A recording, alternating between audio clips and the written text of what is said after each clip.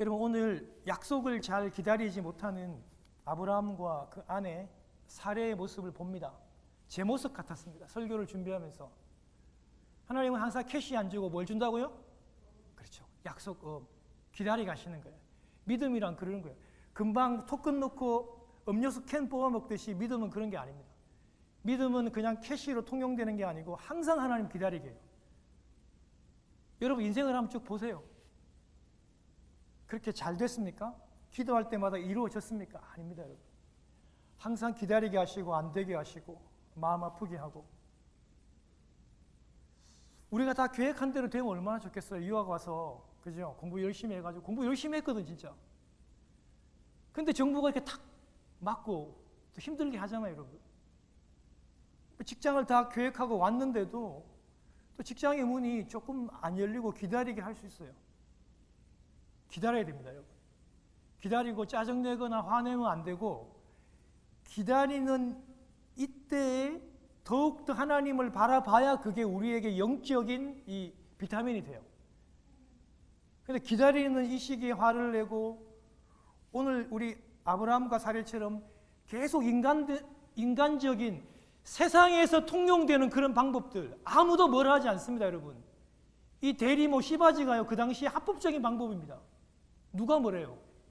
나 돈도 있는데, 나 능력도 있는데 대리모를 왜 못해요? 지금도 하는데. 이거 아무 문제 안 됩니다. 그런데 아무리 세상이 그래도 하나님의 사람은 하나님의 방법을 해야 돼요. 그게 잘못됐다는 거예요. 그걸 오늘 하나님께서 우리에게 가르쳐 주는 거예요. 아니, 목사님, 세상은 다 그렇게 하는데요? 아니요, 여러분. 세상이 다 그렇게 해도 우리는 그렇게 하면 안 돼요. 그래서 여러분, 예수 믿는 게 안 쉬워요, 여러분. 예수 믿으면 다 부자 되고 그런 거 없습니다. 그런 기독교 없다 그랬잖아요. 그런 여러분 번영신학 없습니다, 여러분.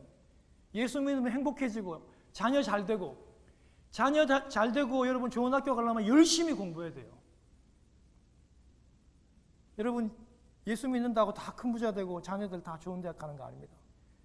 우리 그런 식으로 기독교를 만나면 안 돼요.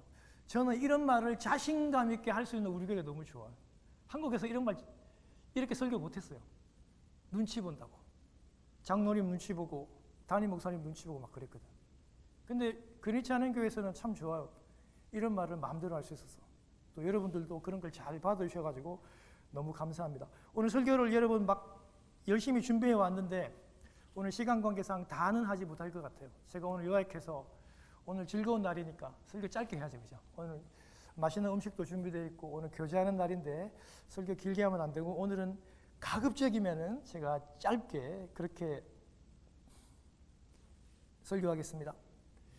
여러분, 하나님을 알아요. 저도 여러분도 하나님 다 알잖아요. 그리고 하나님의 약속도 알아요.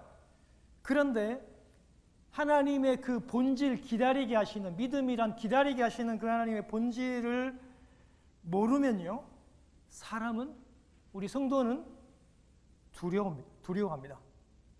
그러니까 이 믿음의 본질의 하나님을 만나지 못하면 우리는 계속 두려워요.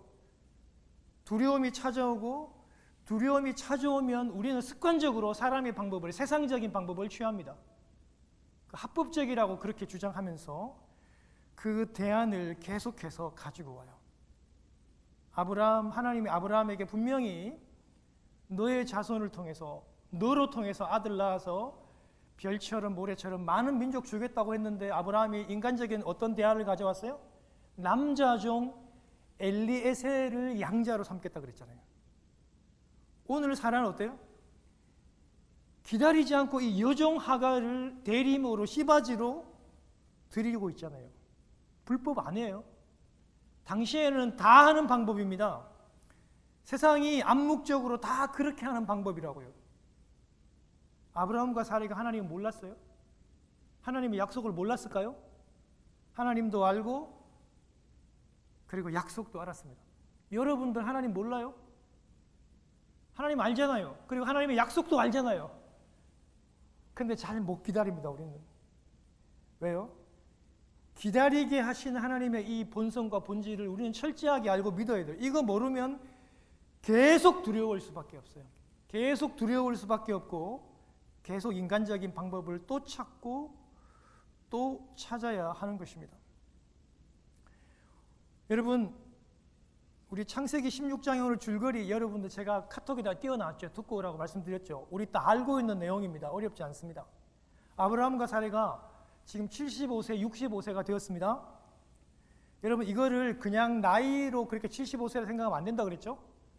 그 당시에 최소한의 사람들이 뭐 160, 170을 살았기 때문에 75세라도 오늘날도 치면은 거의 한 32세, 35세쯤 되는 나이라고 제가 말씀을 드렸어요. 하나님의 약속을 받은 지 10년이 되었습니다. 하나님은 분명히 너로 인하여 민족이 나올 것이라고 약속했습니다. 그런데 10년 동안 하나님께서 민족은커녕 자녀를 주시지 않는다는 거예요. 이 부부가 이것을 두려워하고 이것을 의심하고 때로는 이것에 대해 하나님께 섭섭한 상처를 받았던 거예요. 그래서 어떻게 하냐고요? 세상적인 가장 현실적이고 합리적인 방법을 가지고 왔어요. 그게 바로 대리모입니다. 여종은 나의 것이니까 여종을 남편에게 주고 그 아이를 대리모가 아이를 낳으면 그 종은 다 주인의 것이거든요. 그런 세상의 방법으로 대리모 방법을 남편에게 가지고 왔던 거예요. 우리 지난 시간 분명히 봤죠. 15장 4절에 너의 몸에서 날 아들이 상속자다. 하나님이 분명히 얘기했어요. 그런데 오늘 2절에 보세요. 하나님께서 사라가 이렇게 얘기합니다. 하나님께서 내게 아이를 가지지 못하게 한다. 이렇게 하나님을 왜곡합니다. 하나님 아이를 안 준다고 그렇게 얘기하죠. 이 섭섭함이 묻어 있는 거예요. 그러면서 나의 여종과 동침하라고 그렇게 얘기합니다. 여러분, 그래서 세상이 다 그렇게 하니까 이 방법을 가져왔는데 약속의 당사자인 아브라함은 어떻게 해야 돼요? 우리 한 번 더 기도해 보자고. 믿음의 가장은 그렇지 않다고. 우리 하나님은 분명히 내 몸을 통해서 아들을 준다 했으니 조금만 더 기다려 봅시다. 이렇게 하지 않고 남편 마치 기다렸다는 듯이 아내의 이 제안을 덥석 잡아버립니다. 여러분, 세상의 방법도요, 인간적인 방법도 일이 잘 진행될 때가 많아요. 사레와 아브라함의 이 대안이요, 일사천리로 진행이 되잖아요. 그죠? 일이 생각대로 잘 돼요. 여종이 그렇게 임신도 잘 되었습니다. 세상의 계획대로 잘 된다고 해서 여러분 착각하시면 안 돼요. 내가 생각하는 세상적인 방법이 잘 된다고 착각하면 절대 안 됩니다. 세상의 방법은 언젠가는 반드시 갈등과 문제가 생기게 되어 있어요. 4절과 6절에 보니까 하갈이 여러분 아기를 임신하니까 아기가 없는 여주인을 멸시하고 무시합니다. 고대 사회가 그랬잖아요. 아기 없는 게 큰 벌이고 저주니까 그렇게 업신여기고 멸시한다. 여러분, 이 스트레스를 사레가 다 받았습니다. 그리고 아브라함에게 찾아가가지고 아브라함을 나무라면서 이 갈등의 모든 책임이 당신한테 있다고. 남편 당신한테 있으니까 당신이 판단해 달라고 바가지를 확 걸고 있어요. 말은 당신이 알아서 이 여종을 쫓아내달라 이런 뜻이에요. 여러분, 아브라함의 대답이 아브라함답지 않습니다. 6절에 보니까 어때요? 당신의 종이니까 당신 마음대로 해라면서 책임을 완전히 회피해버립니다. 어제까지만 해도 책임감이 너무 강해서 조카 롯을 구하려고 집에 있는 318명의 종들 데리고 240km 단까지 따라가서 그 북부연합군과 싸워가지고 그 롯을 살려가지고 데려왔던 책임감으로 치면은 정말 책임감 짱인 사람이에요. 근데도 오늘 이 본 모습은요, 완전히 책임감을 회피해버립니다. 당신의 종이니까 당신의 마음대로 하라면서 슬그머니 책임을 또 넘겨버립니다. 여러분, 아브라함은요, 이렇게 해서는 안 됐어요. 책임을 이렇게 아내에게 또 맡길 게 아니라 이 모든 문제를 진단하고 회개하고 하나님의 뜻을 구했어야만 했어요. 여러분 결국에 아브라함도 책임을 회피하니까 사례는요, 여러분 우리 사극을 많이 보잖아요. 예? 여러분 이런 갈등의 상황들 여러분 설명 안 드려도 잘 알죠? 임신 중인 하갈이 도망치면 안 될 정도로 심하게 학대했습니다.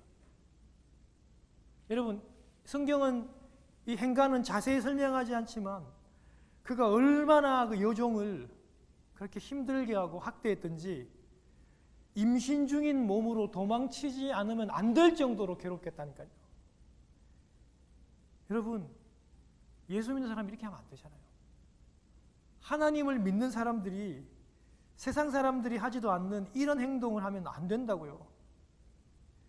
여러분 하나님 의지하지 않고 세상적으로 대리모를 선택하고 아브라함도 맞장구를 치고 책임을 회피하고 갈등이 생기니까 부부가 힘을 모아가지고 이 여종을 학대하고 쫓아내는 이 무자비하고 잔인한 이런 일들이 믿음의 가정에서 일어나서는 절대 안 돼요.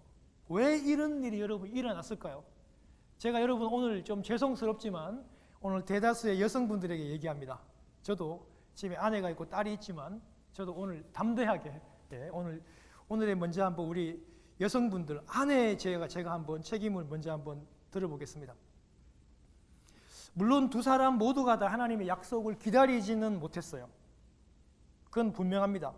기다리지 못하는 그것이 결국엔 두려움으로 그 두려움이 세상에 괜찮아 보이는 방법을 선택했잖아요.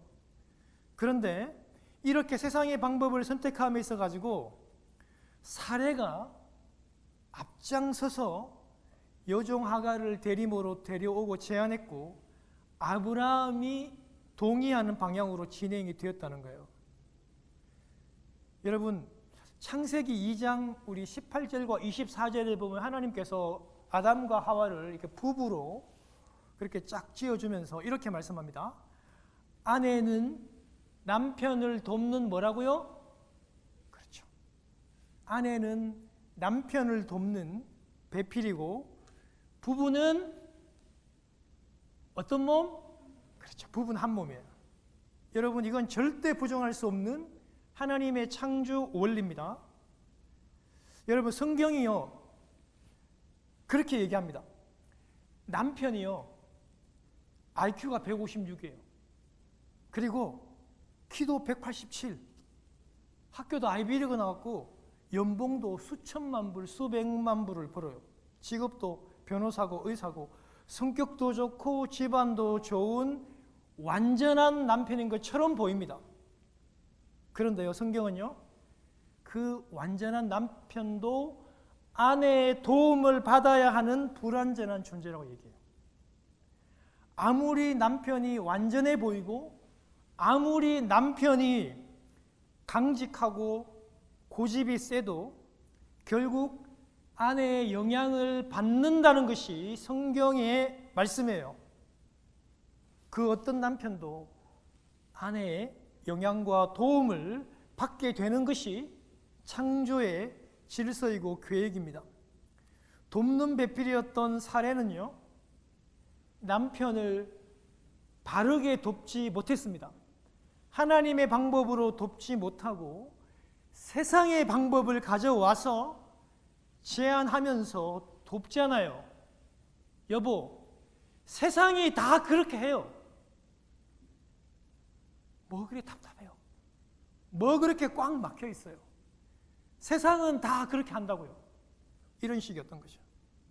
여러분 이것이 이 가정의 분란의 소용돌이로 빠져들 수밖에 없는 이유였고 너무나도 치명적이어서 4,000년이 지난 오늘까지도 그 죄의 결과로 여러분 지금도 전쟁하고 있잖아요. 여러분 지금도 그 죄의 결과로 여러분 지금도 여러분 중동에서 지금도 미국하고 이스라엘하고 중동이 전쟁하고 있어요. 그때 보기에는 아무런 문제가 없었고 세상에서 다 통용되는 합리적인 방법을 가져왔어요. 그러나 사례의 이 세상적인 잘못된 선택, 돕는 배필로서 하지 말아야 할 이 행동은요 가정은 가정대로 증오와 미움으로 박살이 났고 아브라함으로부터 지금까지 4,000년 동안 믿음의 아들 이삭과 그리고 하갈의 아들 세상의 아들 이스라엘 간의 전쟁이 그리고 죽임이 다툼이 증오가 아직까지도 진행되고 있다는 거 여러분 잊으시면 안 돼요. 첫 번째로 우리 아내들이 경각하셔야 되는 거예요. 잠언 14장 1절 너무 잘 알고 있는 내용이니까 여러분 잘 들어보세요. 지혜로운 여인은 자기 집을 세우되 지혜로운 여인은 자기 가정을 세우되 미련한 여인은 자기 손으로 그 가정을 그 집을 허무느니라. 허느니라. 누가 이 말씀을 적었습니까? 잠언을 기록했던 솔로몬입니다. 여러분 솔로몬이 어떤 사람이에요? 정치, 군사, 행정, 지혜자 중에서도 지혜자입니다. 지혜의 대표자죠. 그가 적었어요. 어떻게 적었을까요? 세상의 지혜가, 세상의 권력이, 세상의 정치가, 행정력이 가정을 세운다고 말하지 않았습니다. 솔로몬은 철저히 뼈저리게 경험했어요. 한 집안의 성공과 실패는 오직 집안의 누구의 손에 달려있다고요? 아내의 손에 달려있다. 여인의 손에 달려있다고 그가 뼈저리게 느끼고 지금 이걸 적고 있다고요. 왜냐하면 여러분 우리가 그의 과거를 보면 알잖아요. 그가 부인이 몇 명이었어요? 1,000명. 1,000명의 부인을 뒀다고요. 그가 정책적으로 결혼하면서 주변에 있는 모든 강대국의 공주들을 다 데려왔어요. 데려오면서 뭐도 가져왔죠? 그 공주가 섬기는 우상도 가져왔다고요. 그래서 온 이스라엘이 영적으로 병들고 영적으로 철저하게 망하고 타락하게 되었어요. 그거를 그가 회개하며 철저히 반성하면서 그가 적기를 어떻게 해요? 지혜로운 아내는 자기의 집을 세우고 미련한 아내는 자기 손으로 그것을 허문다고 얘기하는 것입니다. 사랑하는 여러분, 한 가정의 성공과 실패는 아내가 남편을 어떻게 돕느냐에 따라 달려 있습니다. 아내가 그 자녀에게 어떻게 그 신앙의 유산을 물려줄 건가에 달려 있다는 거 여러분 꼭 기억하십시오. 그러므로 싸움 중에서 제일 큰 싸움은요 3차 중동전쟁이 아니고 아내가 여인이 자기 자신과의 싸움이에요. 믿음 안에서. 남편하고 싸움은 부부싸움이지만 여러분 아내들이요 이 싸움에서 이 믿음 안에서 이 싸움에서 반드시 승리해서 그 세상의 편한 방법 말고 세상에서 유행하는 방법 말고 돈 되는 그런 방법 말고 오직 하나님의 믿음 안에서 하나님을 기다리는 선택을 하시는 아내들 되시기를 주님의 이름으로 축원합니다. 여러분 이런 난장판 같은 갈등 중에서 하나님이 찾아오십니다. 찾아오셔가지고 여러분 하갈이 학대를 피하려고 고향 이집트로 지금 도망치고 있다고요. 오늘 술 광야입니다. 사실은 술 광야 샘물 곁에서 찾아오신 하나님을 만납니다. 여러분 그런데 왜 하나님께서 그냥 출발하기 전에 나타나가지고 가지 마라 하면 되고 그때 만나면 되는데 왜 진작부터 안 말리고 여러분 지금 거의 팔레스타인에서 이집트까지 거의 중간까지 와 있거든요. 여러분 임신한 여인이 강도의 위험도 있고 굶주림도 있고 더위도 있고 뭐 여러 가지 위험들이 많잖아요. 그런데 왜 여기까지 와서 하나님이 멈추고 왜 개입하냐고요. 왜? 그건요 하나님께서 이런 절박한 상황, 더 고통스러운 상황을 일부러 주려고 하는 게 아니라 이런 상황을 만들어서 더 깊이 이 사례를 만나 주시려고 여기까지 와서 하나님께서 그를 만나는 겁니다. 이 절박한 상황 가운데서 더 친밀하게 사례를 만나 주었기 때문에 오늘 13절에 보면요 이 사례가 하나님을 어떻게 표현하냐면요 나를 살피시는 하나님, 나를 보시는 하나님. 여러분, 이걸 엘로이라고 합니다. 엘로이. 우리 가운데는 잘 알려져 있지 않지만 나를 살피는 이 엘로이의 하나님을 깊이 만날 수 있었고, 하갈이 그 엘로이의 하나님을 이야기합니다. 어떤 하나님요? 나를 살피시고 나를 지켜보시고 나를 도와주시는 그 엘로이의 하나님을 이야기합니다. 하나님이 사자를 통해서 사라의 종 하가라라고 얘기해요. 하가라 이렇게 얘기 안 합니다. 앞에 어떤 단어가 붙죠? 하갈의 종이라고 하면서 분명히 현재의 위치를 간구하지 않습니다. 하나님께서, 이거 역설적인 위로예요. 하나님이 네가 종으로서 얼마나 힘들었냐, 얼마나 힘들었냐를 하나님이 살피지만, 그러나 한편으로는 너는 분명히 종이고 너의 자리가 종이며 다시 돌아가고 다시 그곳으로 가서 여주인에게 다시 복종해야 되는 것을 가르쳐 주고 있습니다. 하나님께서요, 하갈에게 네가 어디서부터 와서 어디로 가느냐 몰라서 물어봐요.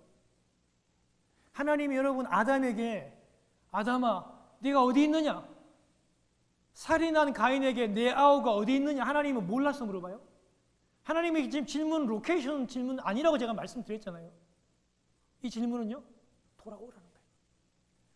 너의 죄를 뉘우치고 다시 하나님의 품으로 돌아오라는 하나님의 질문이에요. 오늘도 하나님께서 그렇게 하와에게 물으시는 거예요. 네가 어디서 와서 어디로 가느냐? 라고 물으시면서 다시 네가 돌아와야 한다고 그렇게 분명히 말씀해주고 계십니다. 여러분, 하나님께서 이곳까지 찾아왔으니 이렇게 힘들어하고 그리고 목말라하는 이 종 하갈에게 물이 풍족하고 안전한 쉘터와 호텔로 하나님이 그렇게 인도하셨나요? 이집트까지 완전하게 태워줄 수레나 그런 좋은 그런 SUV 같은 그런 차를 준비해 주셨어요? 아닙니다, 여러분. 하나님께서 오늘 분명히 얘기합니다. 다시 너의 여주인에게 돌아가라고 하나님께서 말씀합니다. 다시 그 지옥 같은 그 여주인의 그 학대 속으로 가서 그 폭력의 현장으로 돌아가서, 당시의 종은 잡히면 죽어요, 여러분. 도망간 종이 잡히면 맞아 죽습니다. 그 학대와 폭력의 그 주인에게로 돌아가고 다시 복종하라고 얘기합니다. 너무나 비정해 보여요. 하나님은요, 혹독해 보이시지만 하나님께서 요구하시는 방법이 이런 방법이라는 거 여러분 절대 잊어서는 안 돼요. 사랑하는 여러분, 그래서 여러분 우리의 이 삶이 좀 힘들고 때로는 어려운데 하나님이 찾아오셨어요. 그런데 우리가 원하는 대로 하나님께서 당장 이 문제를 해결해 주고 당장 길을 열어주시고 당장 되게 해주시고, 하나님께서 이런 축복을 허락하기보다는 하나님께서는 본질대로 돌아갈 것을, 돌아가서 다시 너 위치를 발견하고 복종하기를, 하나님께서 그렇게 돌아가라고 말씀하시고 네가 돌아갈 때 하나님이 축복해 주는 겁니다. 하갈에게 돌아갈 때 너의 자손이 많아질 것이고 너가 아들을 낳게 될 것인데 그 이름을 이스마엘이라고 그렇게 하나님께서 이야기하라고 말씀하고 있습니다. 여러분, 이제 설교를 정리하고 마칩니다. 여러분, 하나님의 방법은요, 우리가 생각할 때 너무 가혹하고 잔인하다 생각이 들 때가 참으로 많이 있습니다. 우리 미국 오셔가지고 정말 책 한 권 쓰셔도 될 만큼 우리에게 많은 그런 히스토리들이 다 있지 않습니까? 얼마나 고생하시고 얼마나 많이 방황하시고 좌절하고 자녀 키우는데 많은 어려움이 있었습니까? 지금도 여전히 불확실한 미래 때문에 두려워하고 갈등하는 분이 계실 줄로 압니다. 그런데 우리가 엎드려 기도하면, 하나님을 찾으면 당장 이 문제를 해결해 주실 것 같지만 어쩌면 하나님께서는 우리에게 또 기다리라고 말씀하시고 믿음의 정도를 걸으라고 얘기하시고, 그리고 그 길을 걷는 순간에 하나님께서 다시 우리에게 찾아오시고 복을 주시겠다고 우리에게 말씀해주고 계시는 것입니다. 이제 28년 동안 이 함께 신앙의 공동체를 세우고 또 다른 이제 신앙의 공동체를 떠나 시애틀로 가시는 우리 장로님과 장로님의 가정, 그리고 최선을 다하여 공부했지만 그리고 한국으로 가야 되는 상황에 계시는 또 우리 유학생들도 계시고, 또 새로운 직장을 간절히 노력해서 찾는 성도님들도 계십니다. 새로운 사업을 준비하고 또 은퇴를 준비하는 분들도 분명 계실 줄로 압니다. 여러분, 엘로이의 하나님을 보십시오. 나를 살펴보시고 나를 지켜보시고 함께하는 그 엘로이의 하나님을 바라보시고 의지하십시다. 그리고 더 중요한 것은 엘로이의 하나님으로 함께 하시지만 늘 편한 길로만 인도하시지 않는다는 것 또한 여러분 꼭 기억하시고, 어렵지만 다시 학대받는 자리로 돌아가라고 말씀하시는 그 하나님, 여러분 얼마나 마음이 무너지겠습니까? 살해의 마음이 얼마나 아프겠습니까? 여러분 생각해 보세요. 그 종이 얼마나 싫고 미웠으면 아기를 가지고 있는 중에도 도망쳐 나올 수밖에 없었는데 다시 돌아가라고요. 죽기보다도 싫을 거예요. 죽기보다도.